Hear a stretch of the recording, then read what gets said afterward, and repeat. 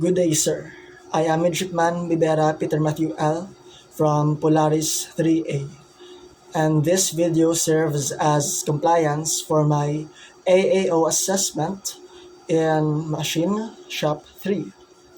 So the topic for today is safety measures to be taken to ensure a safe working environment for using electric arc and gas welding. So to proceed, number 1, enumerate the proper PPE needed and how to wear them correctly. To ensure our safety while working with electric and gas welding, we should observe the complete and correct wearing of personal protective equipment. These are also called PPE, and these PPEs are what we need to secure before performing any welding activity. So number one, always wear welding helmets. So this right here is a picture of a welding helmet. So welding helmets should be worn with side shields. So as you can see, we have a side shield here at the side of our head. It is very important to protect our eyes and face from radiation, particles such as particles, debris, hot slags from welding, from the electrodes, from the materials being welded, and chemical burns, of course, since we are dealing high amounts of heat. Also, use fire-resistant hood under your helmet to protect the back of your head. Next is the ear protection, such as the use of earmuffs here. Ear protection protects us from the noise hazards from the workplace, especially during welding. It's important to use. It should have a fire resistant material if there is a risk of sparks or splatter entering the ear, such as during the welding activity. Next is the respirator.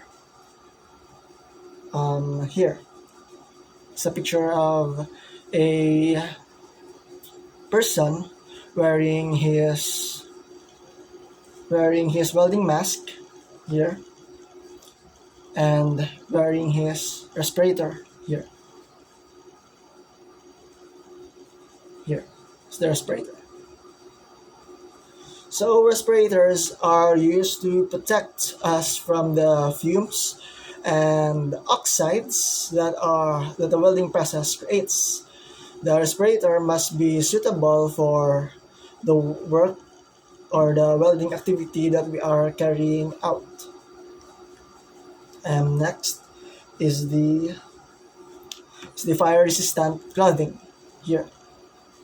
The fire-resistant clothing is also important to avoid burns, and always avoid clothing with tears, with snags, with rips or worn spots, as these are easily ignited by sparks.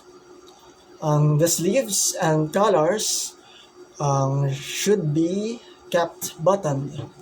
It should have no cuffs or pockets, must be covered by flaps or taped closed. We should also not use synthetic clothing because they would be easily ignited by sparks. Whereas instead, we should use leather and flame-resistant treated cotton, or we may also use leather materials because such materials are not prone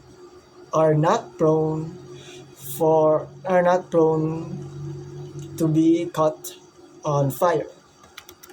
Next, we have the boots, the safety boots.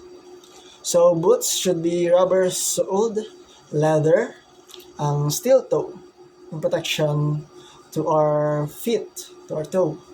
Steel toe caps, safety shoes, shield us from the electric shocks, from the heat, from the fire, from the burns, and especially falling objects because of the steel toe. If low shoes are worn,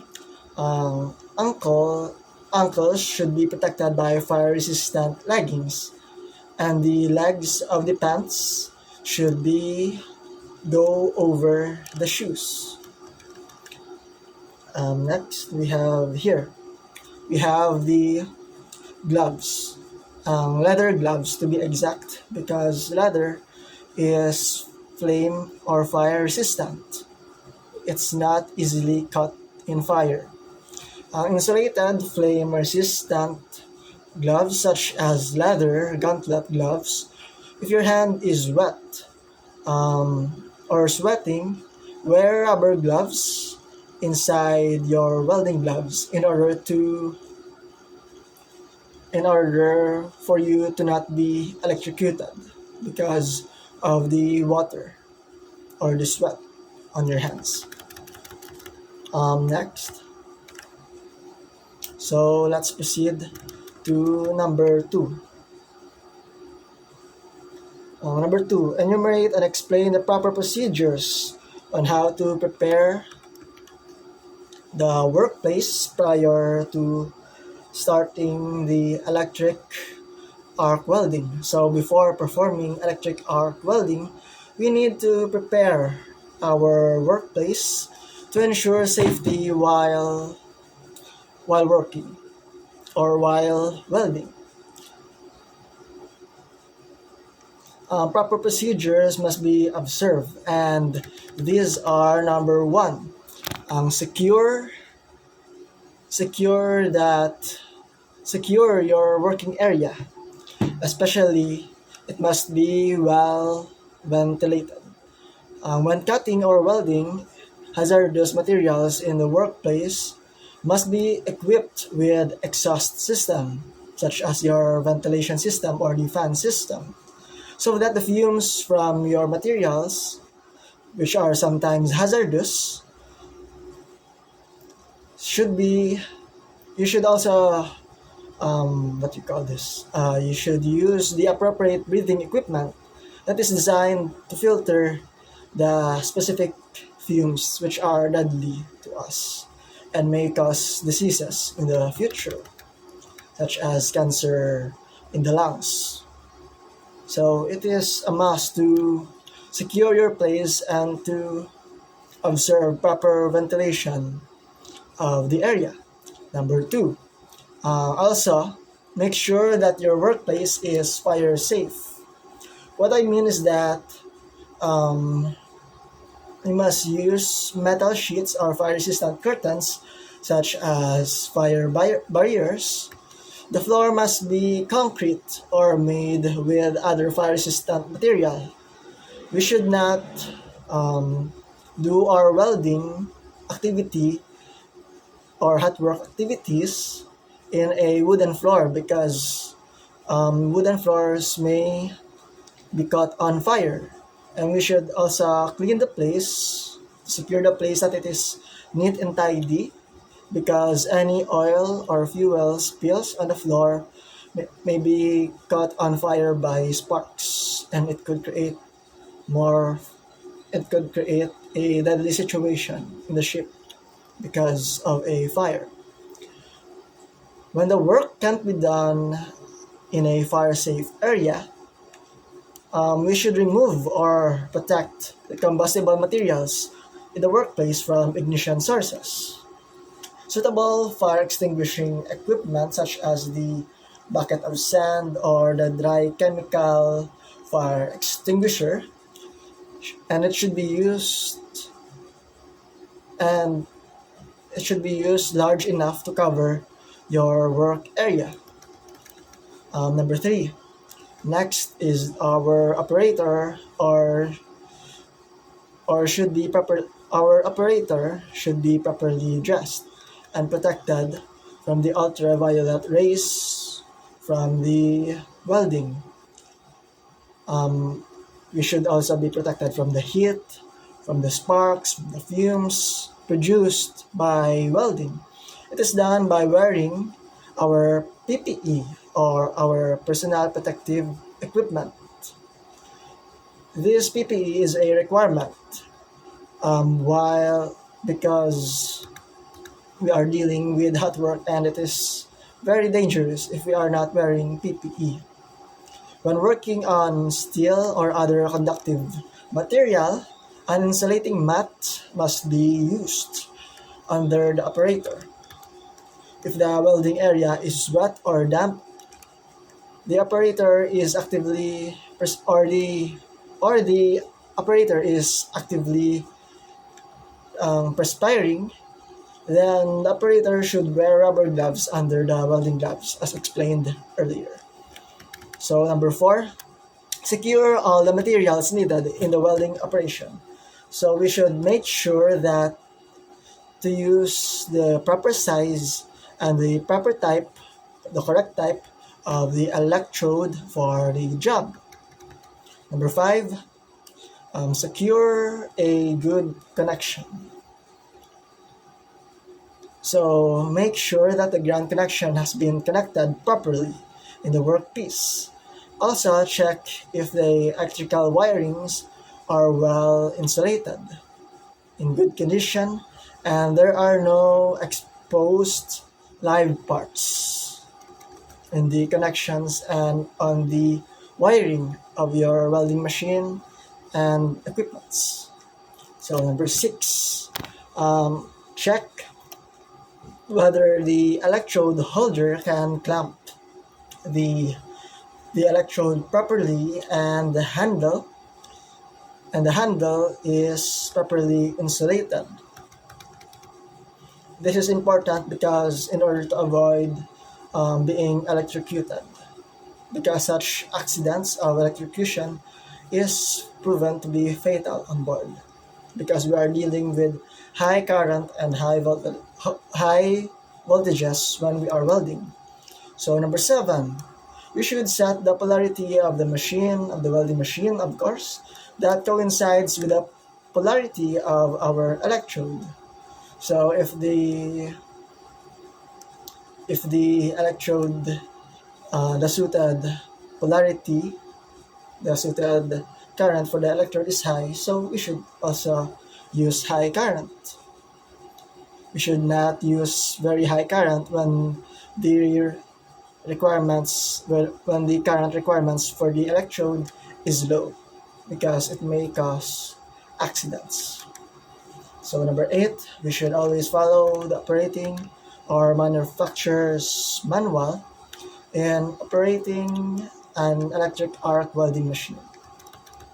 So it is a must for us to read the manual before we do our welding, because we should be familiar with the equipment. So the manual serves like a Bible as a guide for us in our welding activity. Number 9, we should keep a well-stocked first aid kit on board or near the area of which we are doing our hot work activity or welding activity. So because there are times that we cannot control, accidents are bound to happen. So in order to be secure, in order to be safe and be prepared all times, we should have a first aid kit nearby. In connection with this, we also have a fire extinguisher nearby, because fires are bound to happen when we are dealing with heat. And number 10, we should thoroughly clean the metal piece that we weld using a wire brush, so that we can efficiently establish an arc. And during the chipping process or cleaning the metal piece, we should also wear our safety goggles at all times, because such safety goggles would protect our eyes from the chips that from the metal chips that accidentally goes into our eyes. So when we are chipping, it is important to always wear our eye protection. Number three.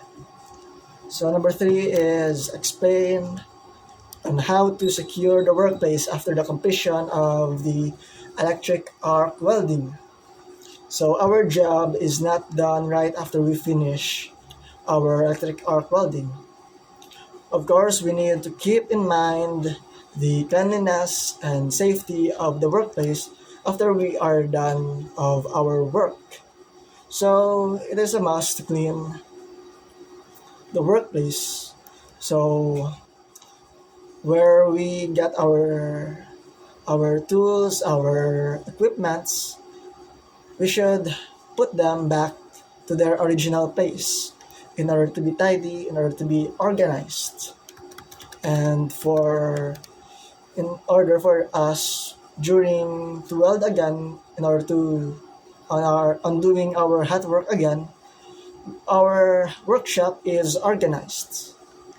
And we should also number one is that we should make sure that after working with our equipment, when it is fully turned off, it should be properly stored. We should also double check that the gas cylinder valves are fully closed and it is safely put away. This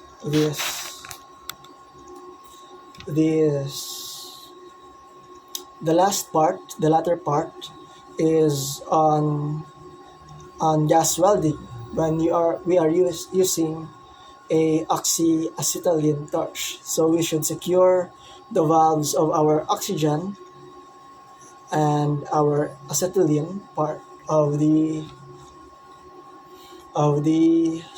tubes. We should fully close it properly, and we should always double check.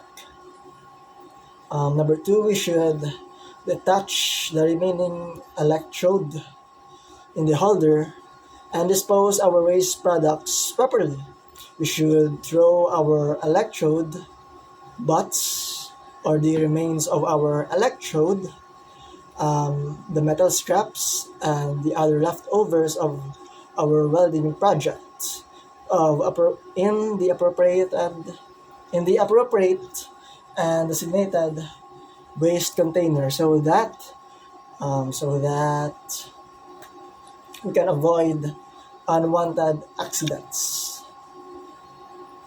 Number three, we should always clean our workplace, as I have explained before, in order to avoid accidents, your slips, your trips, and your bumps.